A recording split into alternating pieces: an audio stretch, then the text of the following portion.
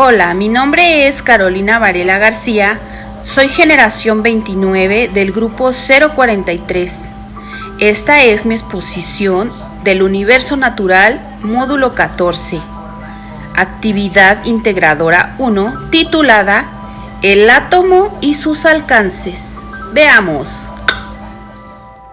Comenzaremos mencionando que Demócrito fue el primer filósofo griego que por primera vez creó un modelo acerca del átomo. Los puntos principales de su teoría son que los átomos son eternos, indivisibles, homogéneos, incomprensibles y invisibles. Los átomos se diferencian solo en forma y tamaño, no por cualidades internas. Las propiedades de la materia varían según el agrupamiento de los átomos. Posteriormente, la construcción del conocimiento acerca de la naturaleza del átomo se dio gracias a las aportaciones de varios científicos. Entre ellos te mencionaré estos cuatro: Dalton, Thomson, Rutherford y Bohr. El modelo atómico Dalton fue creado por el químico y matemático británico, nacido el 6 de septiembre de 1766 en Iggulfield. Este modelo atómico de Dalton fue representar al átomo como una partícula más pequeña e indivisible de la materia e inalterable.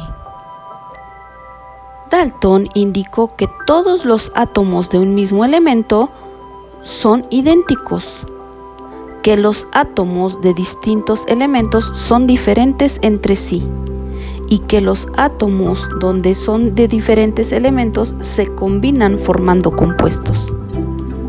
El modelo atómico de Thomson fue creada por el científico británico Joseph John Thomson, donde descubrió la primera partícula subatómica, el electrón.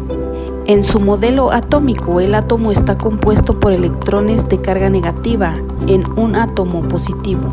1899, su modelo de propuesta de un átomo es una esfera de materia positiva inmersa de electrones negativos, similar a un pudín con pasas.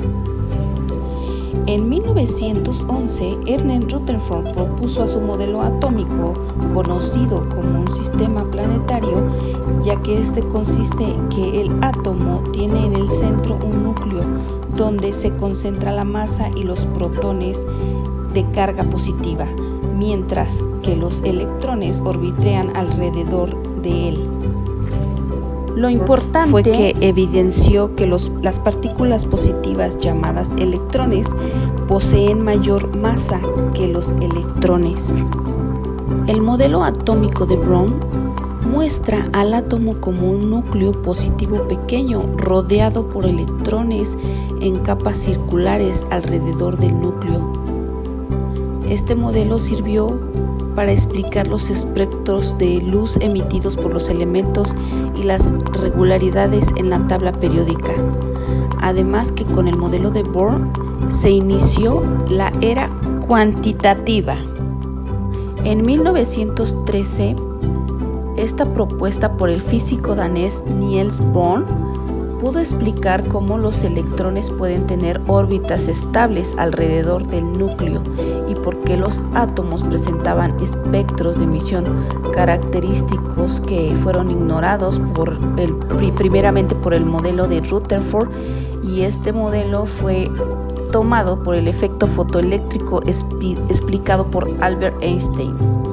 Cuando hablamos que se ha producido una reacción química, nos referimos a un proceso en el cual una o varias sustancias que denominamos reactivos se transforman de tal manera que denominamos producto.